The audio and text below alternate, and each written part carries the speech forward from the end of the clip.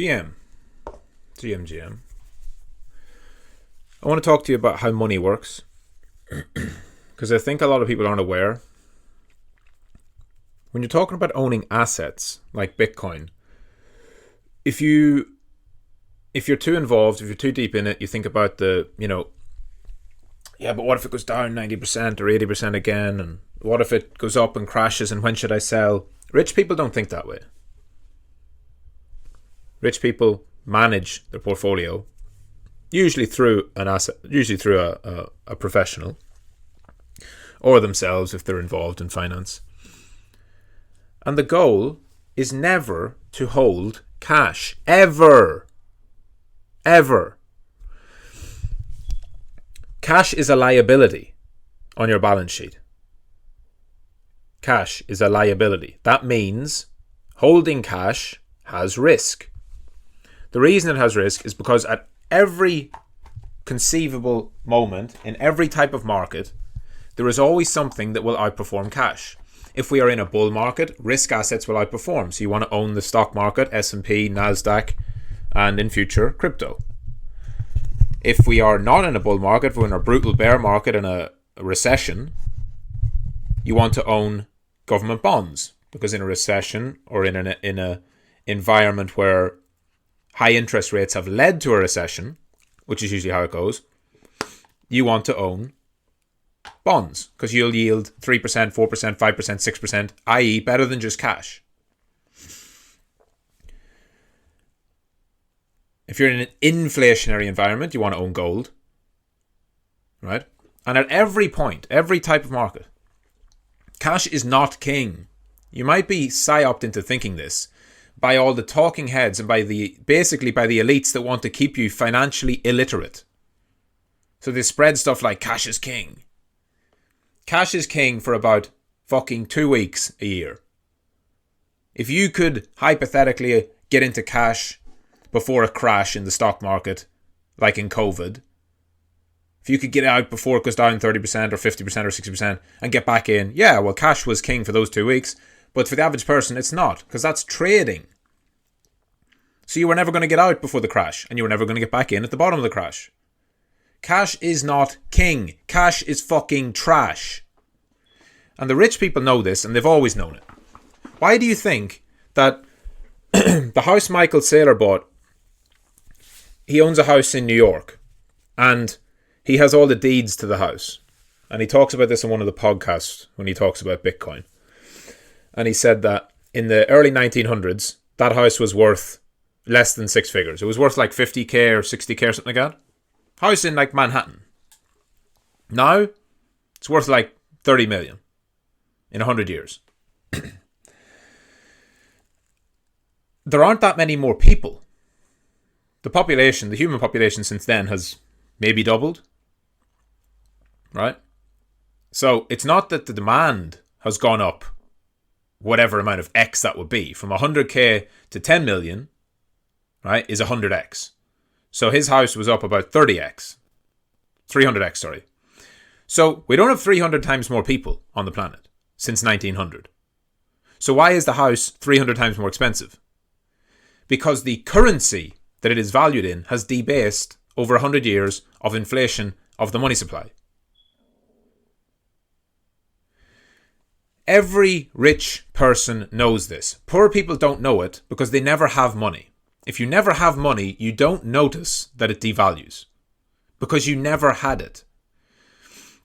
Yes, you know that your gas is more expensive and that a litre of milk costs more than it used to. But because you just make money at the end of the week or the end of the month and then you have to spend it because you have to live, you never learn how truly scarce assets are because you never own assets. You go to work, you get paid, or you're on benefits, you get paid, government handouts, you get paid, you get given money, but it's just enough money to get you through to the next paycheck or to the next round of benefits. And this is all done intentionally. JP Morgan in 2022 made billions. I can't remember the exact number, but they made billions in profit by just holding everyone's money. Because through their Chase Bank, which is like, I think it's the biggest bank in America for, the average person. If you're a burger, you'll know this. I don't know. I don't live in America. But I think the biggest, retail checking account or whatever is with Chase. If it's not the biggest, it's definitely in the top 3. I think it's the biggest. And they had $2 trillion, which Jamie Dimon, if you read what these guys say, in 2021, he said they're hoarding cash. You can go back, you can find it. They were hoarding $2 trillion worth of cash. And when I say hoarding, it doesn't mean that they're stealing it or whatever. It's customer deposits. But usually a bank can take those customer deposits and do whatever they want with them. They weren't. They were holding it in cash because he was foreseeing raising interest rates. And then come 2022, when guess what? The interest rates rise. They were then sitting on $2 trillion of cash, earning 5% on it in money market funds, buying government bonds. And so by buying those government bonds, they made, let's say roughly, we had high interest rates for about a year, and they're still high. So roughly 5% on 2 trillion. Do the math, right? It's not going to be exactly that, but you can get the idea. And they don't pay that to their customers. You'll know this if you have a bank account. You don't get paid 5% for putting your money into your checking account. You have to choose to take that money out and put it into a money market fund to get that 5%. The reason there's no financial education in school about things like taxes or interest rates or anything like that is because they want you to just have your money, put it in the bank, and they can go and get the 5%. They can give you 0 or 0.5% or 1%. And they keep the rest. That's the game. The game is keep the plebs financially illiterate, while we, the smart money, the wealthy, the rich, we understand that cash is trash, you want to own assets. So for that small period, less than a year, they took the liability of owning cash because it meant that they then had cash on hand to put into bonds to profit. At all times, rich investors, not the banks now, they're investors, want to buy assets, never sell them and use them as collateral. Warren Buffett, this is his entire investment strategy. Warren Buffett and Charlie Munger, their strategy was buy stocks, value stocks, value stocks. And eventually they bought growth stocks like Apple, etc. But buy stocks, right? Because the stock market goes up, on average, over a long time, 9% a year. So if you know that it goes up 9% a year on average, in the long term, you want to own those companies. Because you get paid dividends for owning the companies, which is real money. You get returns from the company if the company does well. And then you take those dividends and you reinvest those into more stock and you buy it more, which creates a reflexive loop where over time, stocks go up and they go up more. Because if the economy grows, which it always has, the market will grow because the market is the economy reflected. If the economy grows, the companies grow. Their profits grow. Their revenues grow. And as they grow, they get bigger. And as the money supply gets inflated by the Fed, the stocks go up even more because the money is less valuable. And when they get this, if you have $1 million, right? And it compounds at a rate of 9% per year, just go and run the numbers of how much money you would make over 20 years or 30 years. It's a lot of money.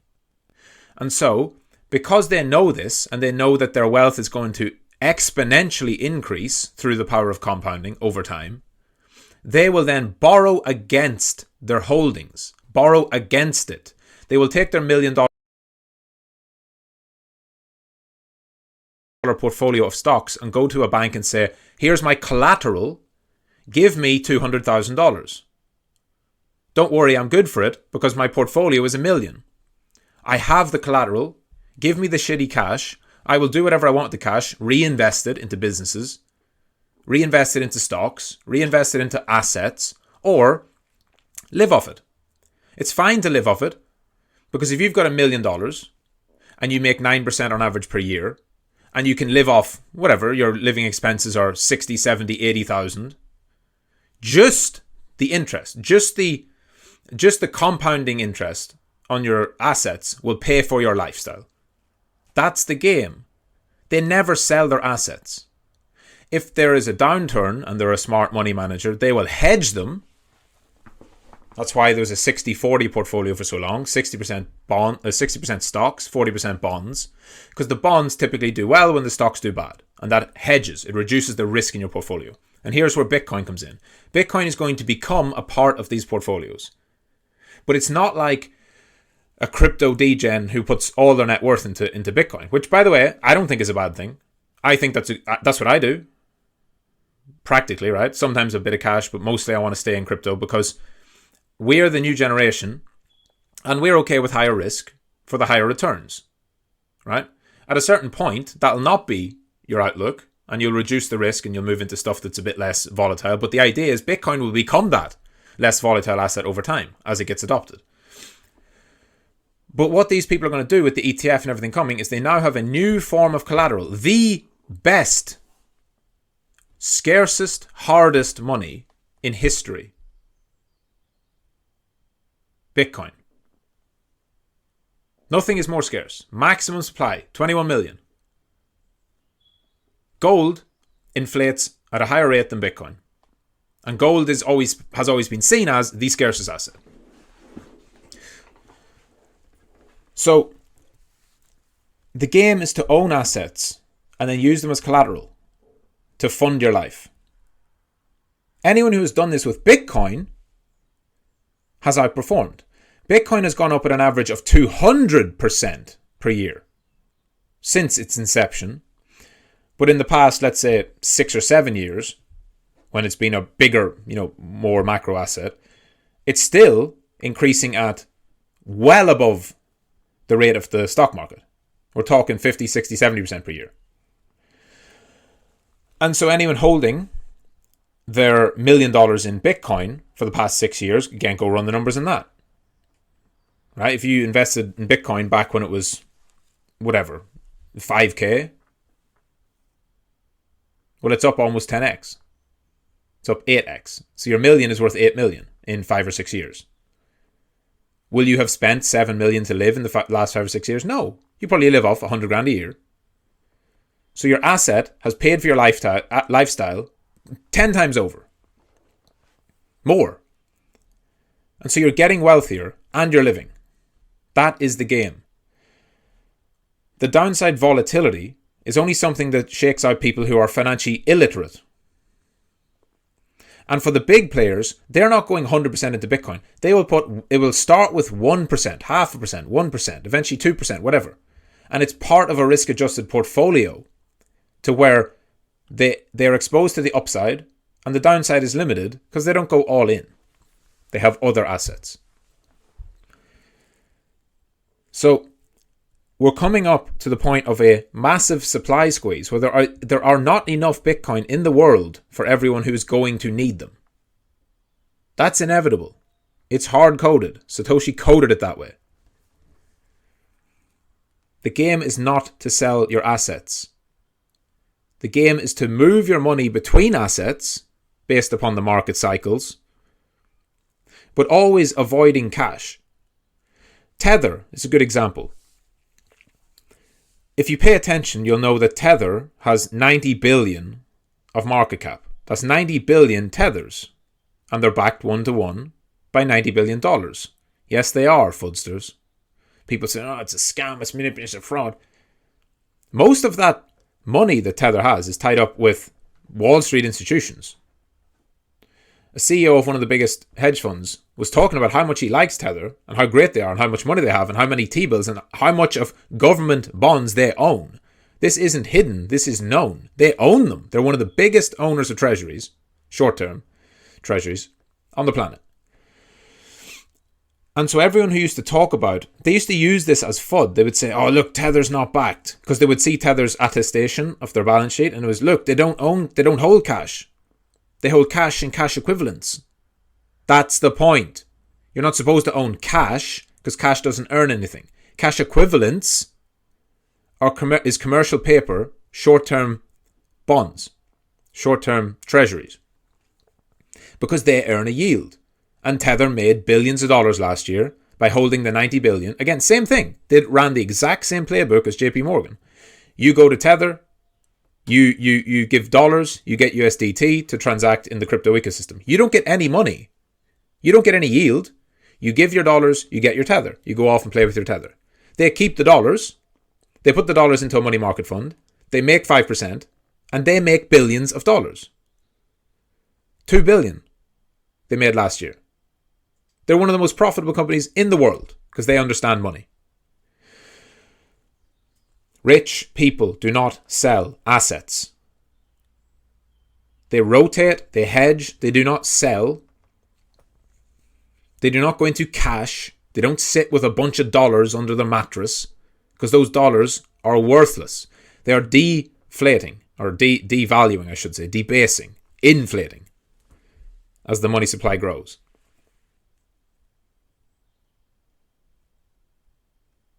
And so you have to approach it the same way. You have to take a long-term view about your assets. Your goal is to accumulate more things, more scarce assets, because fiat currency will always trend towards zero because it is essentially unbacked and can be printed out of thin air. And you give any centralized authority the ability to print money and they will print it. You've got Lebanon, Turkey, Argentina, Venezuela, and others that are already fucked, and you've got the rest, the pound, the euro, the yen, the dollar, that are on the same path, just at different rates.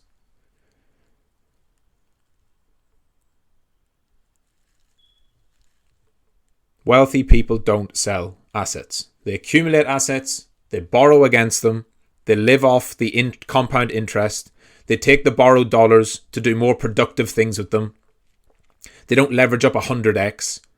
They put $1 million in, they borrow $500,000, they use that $500,000 to make another, whatever, 300,000 or 400,000. They live off the rest. It reinvests. It grows. Their pie grows over time. They make more than they spend.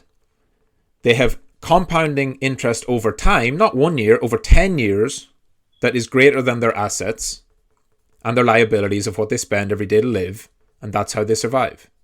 The rich get richer because they are financially literate. The poor stay poor, but they don't stay still.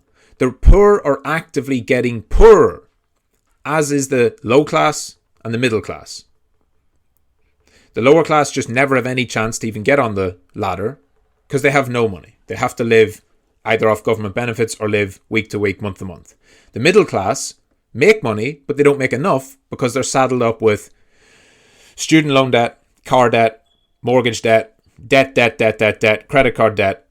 So they can never get out of debt because they don't earn enough because they work jobs. And the job is only going to make them 100k a year. Cool, but their liabilities are over 100k because they have all those debts I talked about. And that's how you see this wealth divide. And what we are living through is the greatest wealth transfer in human history, and crypto is at the forefront of it. Don't lose sight of that.